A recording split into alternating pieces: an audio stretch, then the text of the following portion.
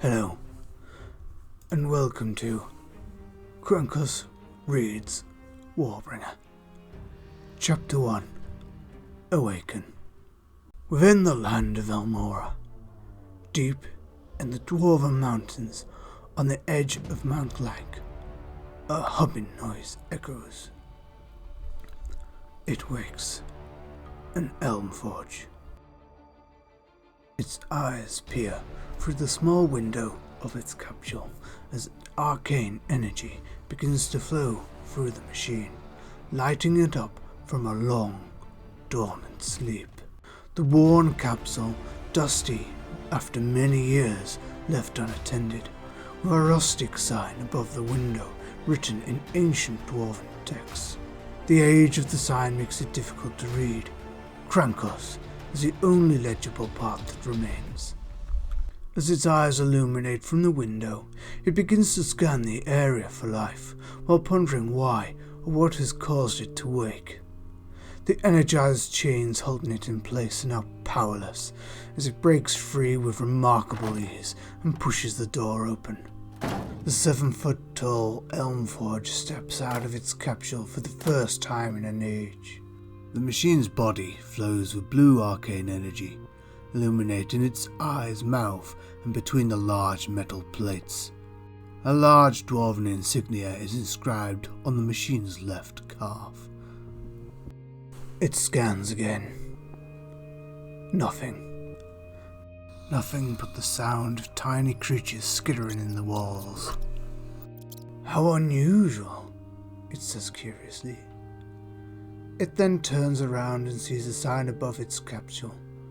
It reads out aloud, Krankos, as it confirms its name.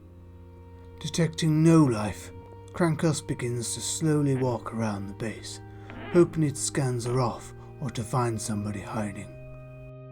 Memories flood the machine's mind back to when the capsule room was alive with arcane energies from top to bottom.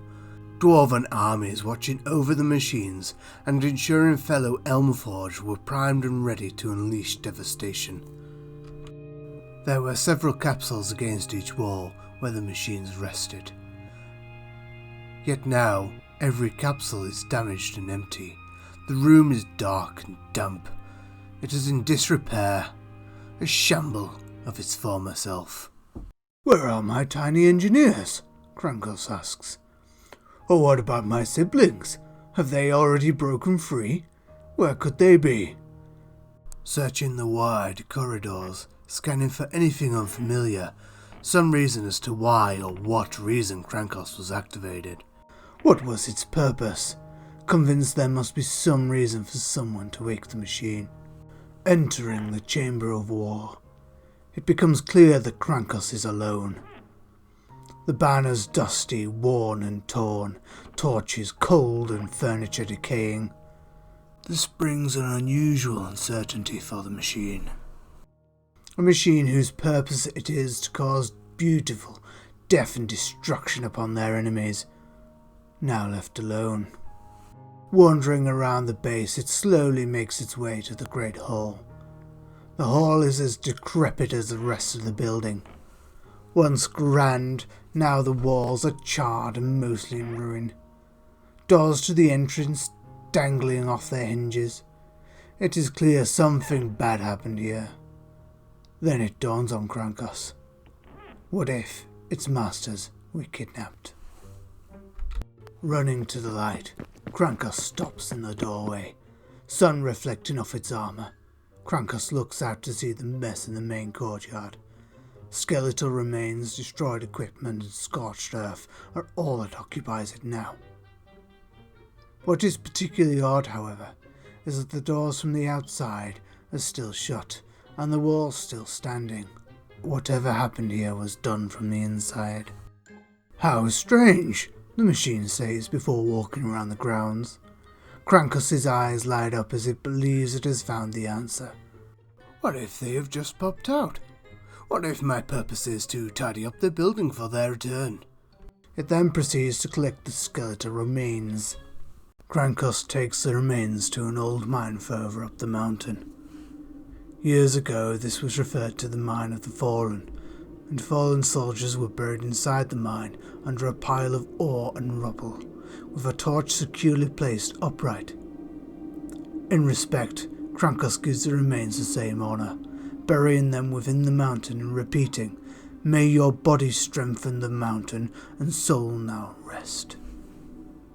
Over the coming weeks, Krankos continues to tidy, clean and repair the base. It scrubs the walls of scorch marks, dusts the fixings, uses the piles of rubble to help repair the walls. The torn banners are used to jigsaw new ones. Krankos relays the foundations, plants new crops and puts together the old capsules. This continues for several weeks. Every night Krankos meditates on his purpose while waiting for the great gates to open once again. It thought about seeing its tiny creators, talking to itself, "Why, thank you, tiny master. I have worked well. Yes, I think a drink would go down nicely. Shall I sing a song for you, my good friend? Let's not worry about being alone, 'cause there's far worse outside of our home, like no meat, no drink of violence in the street. No, I'd much rather be all alone." Krankos waits and waits, continuing to talk and sing to itself as the weeks turn into months. With each passing day, Krankos spends longer and longer watching the door, with fewer tasks to complete, just staring. Until one day, Krankos hears a sound in the distance that echoes with familiarity. The noise captures its thoughts as the Elmforge focuses in on them, listening to them very carefully. This is the first time Krankos detected any life, other than the tiny, skittering creatures. When it woke, even they have since dispersed. The sounds are reminiscent of the dwarves that once cared for the Elmforged. Memories faded over time, but enough of its memories remained to make Krankos jump up from his meditation and excitement. "That must be them! Finally, they have returned! I must open the doors and greet my tiny masters!" Krankos exclaims, marching to the large doors in the courtyard, lifting the large metal bar across the doors, throwing it to the side, swinging the doors wide open. Krankos almost sings, "Welcome home!" as it steps foot outside the walls for the first time in an age, with arms wide open. It takes Krankos some time before realizing nobody is there. The Elmforge checks its feet, even lifting up a foot to make sure it did not step on anything. Nope. "Huh," Krankos says inquisitively. "At least I didn't step on them. But where could they be?" Looking back at the door, Krankos tries to decide if it should return to the base and continue waiting. Krankos, still uncertain, turns its head back to the landscape. For what feels like the first time ever, Krankos really takes it in. Even though the Elmforge had left the base before, it never really admired the landscape, only ever leaving for the purpose of war. What Krankos sees is devastation and destruction. Things it wouldn't have cared about previously, in fact, even admired when it was its purpose to destroy, now angers the giant. From the mountain's edge, miles of woodlands burn to the ground, craters in the land and large cracks in the rock. Most of the land around the mountain is long lost of life, the scar of war. In the distance is a small, newly forming forest, and beyond that, large woodlands surrounding the mountain. The damage is most peculiar, as forms almost a perfect circle around the mountain. Krankos wonders why it would help cause such destruction, even posturing that maybe its tiny masters weren't so innocent before deeming it crazy. After all, they are its makers. Thinking about this refocuses Krankos' original reasons for leaving the base. Honing in on the sounds, it believes it may have come from the newly formed woodlands. Krankos runs, climbs and jumps down the mountain as quickly as it can. As the machine's large feet land at the foot of the mountain, it runs towards the small growing woodlands at full speed. On getting closer, Krankos starts to make out the shapes of small beings, which brings more excitement and urgency to its movements. The machine's large feet slam against the ground, giving the mysterious figures lots of time to see the machine charging towards them. At first, the figures turn to face the machine, unaware of what it actually is. But as Krankos gets closer, fear begins to set in their eyes. Excitement rises for Krankos as it begins to make out these strange figures and notices many similarities to its tiny masters, although not as shiny or as threatening. Krankos yells, "Hey, you, tiny ones!" to get their attention, hoping they will wait and talk, maybe ask where the others are or what they are doing. Before Krankos arrives, the dwarves drop their weapons and run, shouting, "Slayer!"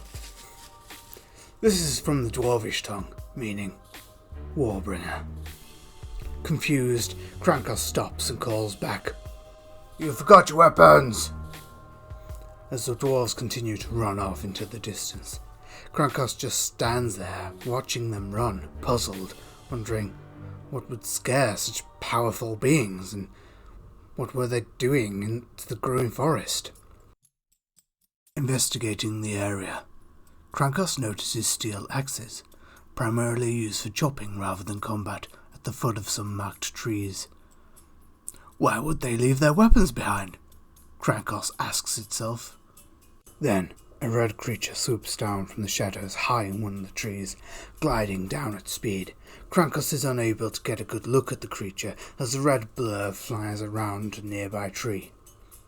Krankos approaches with caution. Who knows what horrifying creature this is to have the name Warbringer. As Krankos peeks around the corner, the creature turns, its claws long and sharp. Krankos' eyes brighten in disbelief at what is before it. It is a fluffy little squirrel, or at least, little to Krankos. Krankos approaches the squirrel with trepidation as a 1-foot squirrel stares at the 7-foot machine. "So, you're the Warbringer they were referring to," Krankos says. "But you're so cute and small." The squirrel replies with a simple, "Meow." If you weren't sound of mind, you might believe that the squirrel actually understood Krankos, wondering what it is talking about. Despite the belief that this creature is indeed a bringer of war, Krankos is filled with excitement. For months, it wandered around a lifeless base, waiting for the moment its creators would return. Months of cleaning, crafting, and images of war filled its mind, but in this moment, Krankos gets to appreciate the freedom of life. Enjoying the moment for a while longer, Krankos sits under the large tree where the dwarves left their axes and the squirrel was hiding. "I shall wait here," it affirms itself. "No doubt the tiny ones will return to collect their weapons, and maybe they know where my masters are." With the wind swaying in the trees, Krankos enjoys the new scenery while observing the squirrel. The squirrel appears to be running around the forest collecting nuts and seeds. It stuffs some of them in its mouth while others it buries with occasional glances at Krankos. It isn't sure whom is more intrigued by whom, the squirrel or Krankos. As the hours pass and the sun fades, the blue light around Krankos' body brightens and grows warm. The night grows unusually cold. The squirrel is not prepared for weather such as this. The squirrel, feeling the heat from Krankos, slowly makes its way down the tree. By morning, it is nuzzled between Krankos and the tree. It is an unusual feeling of happiness for Krankos. Early in the morning, as the sun begins to rise, a large group of dwarves march towards the newly forming forest with torches and weapons in hand. Krankos stands up to the sound of angry dwarven villagers. Excitement fills the machine. The squirrel sees only danger approaching, however, for Krankos. This was a welcoming party from its masters, ready to provide it with a new purpose. As they approach, a large dwarven war chief with a long black beard, scars, and rough facial features can be seen leading the group. This dwarf carries the largest torch and reminds Krankos of his masters. Even the dwarf's gear reminds Krankos of those days. Heavy-plated armor with gold accents, carrying a large warhammer, which, to Krankos, seems like an ordinary one. There is no mistaking it. Krankos truly believes they have come to reconnect. As the group gets closer, they hear the war chief bellowing profanities. He must be drunk, Krankos thought, just like old times. The squirrel is no fool though, and finds a space around the back of the machine's neck to hide away and stay safe. "Welcome home, my drunk, tiny friends," Krankos shouts back, with arms open as a welcoming gesture, before realizing this isn't actually their home. To correct itself, Krankos points up to the mountain. Well, not home. There is home. The dwarven pack are now about 50 feet away from the towering machine. Krankos can hear the leader clearly bellowing over the others. "Get lost, you walking piece of tinfoil, before we make you!" Krankos is taken back a little by this aggression as the rest of the group join in, yelling, "Get out of here! Run before you cause more damage!" The squirrel peeps over ever so slightly around Krankos while the machine tries to wrap its head around the dwarf's response to his greeting. Then everything comes into place. They are angry because Krankos is protecting the Warbringer. I see," Krankos replies. "Well, I don't know why you fear this Warbringer, but I assure you, it means no harm," as the machine begins to posture defensively. "We know all too well what you Warbringers can do. The destruction you cause, we're having none of it." Krankos looks at the squirrel peeking its head from its neck. "I can assure you, we mean no harm. I am simply awaiting my master's return, and the fairy thing is just trying to help the forest regrow." Krankos' attempts to calm the situation only agitates the large dwarf more. "Your masters are gone now. This land is ours along with this forest. You have no place here." "Where have they gone?" Krankos asks curiously. "Dead. That arrests you. Clearly we missed one. Now leave this forest before we make you." The machine's stance gets firmer, ready to fight. "Well, I doubt that. Maybe some of them are still alive. Besides, this forest is not yours." The dwarf's grip tightens as his nerves begin to show. "Listen, this forest is valuable. Its trees are filled with rich magical energies, and we will not let the likes of you take that away from us. Our livelihood depends on this. Now I'll only ask you one more time. Stand aside." Krankos recognises the dwarf's attempts at intimidation, but is unfazed. These forests have suffered enough, and this little creature is trying to restore its beauty. If you choose to fight, it is not we who are creating war. "So be it!" the dwarf yells, running towards Krankos. "Keep down, little one. I will take care of this," Krankos says to the squirrel as it hides, hooking its claws into some of the indents and ridges to secure itself.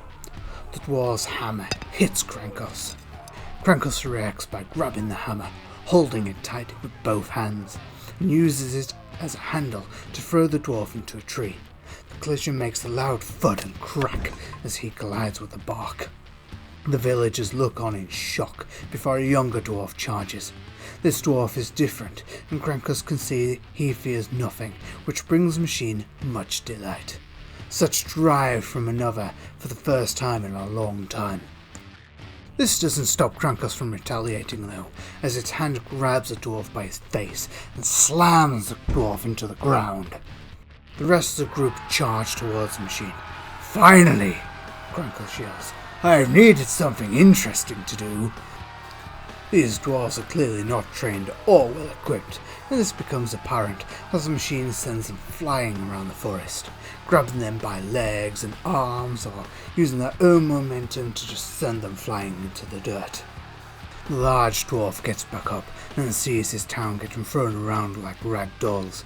He pulls out a hand axe and throws it at Krankos, clipping its chest. The machine looks up. "Oh good, you're up," and walks towards the dwarf. The squirrel can see its oppressors being taken out one after the other. To the squirrel, this was a magical sight. The dwarf runs to grab his warhammer, while the villagers climb on Krankos, hitting it with any object they could in an attempt to slow it down. With the villagers climbing on Krankos, it were as they may hurt the squirrel. Until this point, Krankos was being as gentle as possible, but the squirrel has been the only living thing that has been nice to it in months. It felt a connection with this creature. Krankos tries to keep them away from the squirrel. It's throwing, thrusting and swinging much more intense as it shouts, "Leave Warbringer alone!" The villagers slam into trees, causing the bark to crack and fly off.